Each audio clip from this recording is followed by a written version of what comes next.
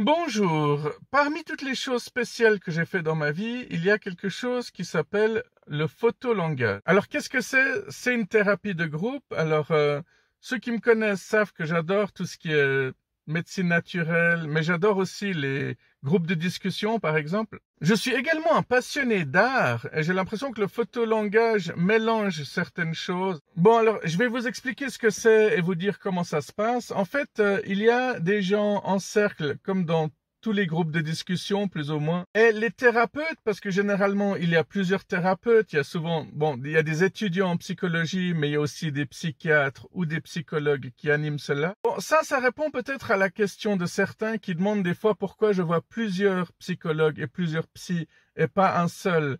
Bon, déjà parce que j'aime varier les plaisirs et deuxièmement parce que, voilà, au photolangage, ça se passe comme ça. Il y a en tout cas 2 ou 3 professionnels. Alors, je pense que les groupes sont pas très nombreux dans le photolangage parce que, en général, ça ne dure qu'une heure et une heure, bah, ça passe très vite. Surtout si tout le monde doit parler, exprimer un point de vue, une vision, un ressenti, enfin n'importe quoi, hein. Alors il y a de tout, hein. Il y a des groupes où il n'y a que des femmes, il y a des groupes masculins et des groupes mixtes. Alors, les thérapeutes posent une question et après, le groupe se lève. Ils vont vers une table. Sur cette table, il y a plein de photos de toutes sortes, hein. Il y a des photos à la verticale, à l'horizontale. Il y a des photos en noir et blanc. Il y a des photos sur lesquelles il y a des personnes. D'autres photos sur lesquelles il n'y a que de la nature. Les candidats, ou on va plutôt les appeler les patients, regardent les photos. Ils choisissent une photo. Une fois que tout le monde a choisi sa photo, ils vont contre un mur, un peu comme à l'armée, hein. Heureusement, ils sont pas en garde à vous. Ils attendent ensuite que les thérapeutes eux-mêmes choisissent une photo. Et une fois que tout le monde a choisi, ce n'est qu'à ce moment-là qu'on va aller prendre la photo. Et si quelqu'un a pris la photo que vous vouliez prendre, vous ne devez pas changer d'avis et vous dire, ah, tout à coup, je vais prendre celle-ci. Non, il faut que vous restiez sur le choix de base et qu'après vous expliquiez, voilà, moi aussi j'avais choisi cette photo et puis voici ce que j'avais à dire dessus. Alors oui, c'est super intéressant. J'ai fait ça presque un mardi sur deux pendant plus de 3 ans. Les questions peuvent varier, hein. Je vous en ai certainement parlé dans d'autres vidéos, mais c'est des questions du style quel rapport vous avez avec la nature, qu'est-ce que ça fait pour vous de rentrer dans un groupe, ou alors qu'est-ce que ça vous faisait quand vous commenciez un nouveau travail ou le premier jour à l'école, comment est-ce que ça se passe? Qu'est-ce que pour vous la spiritualité? Quel rapport avez-vous avec les animaux? Combien de fois allez-vous dans la nature? Quel est votre premier souvenir d'enfance? Et puis en fait, par rapport à la photo que l'on a choisie, bah, on répond à la question et ça peut être très très vaste. Alors, il est possible que je vous ai régulièrement dit que j'ai aussi fait des ateliers d'écriture. Et ce que j'aime bien dans ces ateliers, c'est que quand le thème, c'est d'écrire sur un objet posé sur une table, tout le monde va écrire un truc complètement différent. Alors, des fois, il y aura forcément des points communs, mais il y a des personnes qui vont écrire sur ce qu'ils voient, d'autres personnes qui vont écrire sur ce qu'ils ne voient pas et qu'ils imaginent de l'autre côté. Il y a des personnes qui vont plonger dans leurs souvenirs d'enfance, etc. Le photolangage, c'est un peu pareil parce que chaque photo est différente, donc en fonction de la photo que tu as choisie, la réponse sera plus ou moins différente. Alors, il y a des photos qui m'ont marqué, hein. On voit un groupe de jeunes qui encerclent, par exemple, ils ont tous l'air heureux. Il y a des personnes qui sont dans un café et qui sourient.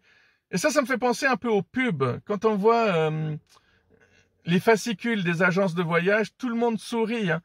Mais même pour les informations sur l'armée, tu vois toujours les militaires qui sourient comme si c'était la réalité, quoi. En même temps, comme les gens sont jamais contents, bah, si tout le monde tirait la gueule sur les photos, on ferait aussi la remarque. Ah, t'as vu, ils tirent tous la gueule. Ils pourraient sourire un petit peu, au moins. Mais quand ils sourient, on se dit, ouais, c'est pas du tout naturel. On voit que c'est de la mise en scène. Ils se croient à Hollywood, tous ces gens, ou quoi? Les photos qui m'ont marqué, il y a une tortue, par exemple, qui est coincée entre 2 pierres, comme si elle essayait de passer dans une mini-grotte pour laquelle elle est trop grande. Sinon, on voit des gens qui font de la moto en groupe, on voit un motard de dos qui est seul, lui. On voit beaucoup de nature et c'est toujours intéressant de voir que on n'arrive pas toujours à repérer les émotions des gens. Donc la photo, c'est vraiment un art qui me passionne, hein. On ne sait pas grand-chose quand on voit une photo. On déduit que ce qu'on voit est la réalité, mais c'est rarement la réalité. En fait, on montre que ce qu'on a envie de montrer. Et c'est assez fascinant parce qu'une personne m'avait dit que les yeux sont les meilleures caméras parce qu'avec l'œil, tu vois vraiment ce que tu as envie de voir, mais c'est pas facile de retranscrire ça avec une caméra. Ce que je veux dire, c'est que c'est pas évident de filmer exactement ce que tu as envie de filmer de la même manière que tu arrives à voir avec tes yeux. On ne sait pas vraiment si les personnes seules sur les photos se sentent vraiment seules. Et c'est tout un art de rendre certaines parties floues. C'est difficile de savoir si quelqu'un est triste, fâché, fatigué ou stressé. Elle peut être les quatre en même temps ou aucun des quatre.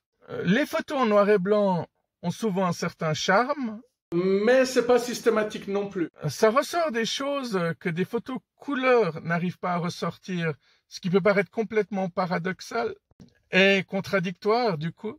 Dans la plupart des films actuels, tout ce qui est film Netflix par exemple, à chaque scène, tu vois tout ce qu'il y a à l'écran. Tandis que dans les années 90-90, il y avait plein de zones d'ombre et de flou dans chaque scène ou dans plusieurs scènes, parce que le réalisateur focalisait sur ce qu'il voulait absolument montrer. Mais une fois de plus, ça c'est encore un autre sujet, et je ne peux malheureusement pas développer tous les sujets dont je parle dans chaque vidéo. Bon, vous vous en doutez, je faisais souvent rire les autres candidats, ça les décoinçait un peu, ça leur faisait plaisir d'avoir un élément perturbateur comme moi. Au début, les psys étaient peut-être un peu dérangés par mon attitude, mais au bout d'un moment, ils se sont rendus compte que j'étais pas méchant, juste un simple provocateur. Et qui ne fait même pas ça gratuitement, hein. Derrière chaque chose que je provoque, il y a toujours une réflexion, un besoin de forcer les gens à aller plus loin dans leur réflexion. Il y a des personnes, simplement en me voyant, elles rient déjà, ce qui est un super pouvoir. Et un jour, la question avait été, quand est-ce la dernière fois que vous avez ri? Alors, spontanément, j'ai répondu, bah, c'est maintenant. Ça a provoqué des rires, mais effectivement, j'ai expliqué que je suis quelqu'un qui tous les jours rigole, hein, parce que je me parle à moi-même et puis je ris à mes propres gags. Donc voilà, je ne vais pas forcément faire une vidéo très longue là-dessus, mais si vous avez des questions, n'hésitez pas à me les poser. C'est seulement comme ça qu'on pourra créer un monde meilleur. Si je peux y répondre, j'y répondrai, sinon j'irai chercher l'information ailleurs. Mais ce qui est bien dans le photolangage, c'est vraiment que même les thérapeutes se dévoilent. On découvre vraiment des facettes de chaque personne. C'est pas juste des simples séances de psy, quoi. C'est pas le psy qui pose des questions et qui note, toi qui réponds. Non, ça va un peu plus loin que ça quand même. Et c'est ça qui est bien, vraiment bien. C'est seulement comme ça qu'on pourra créer un monde meilleur. Et c'est ça qui est bien, vraiment bien.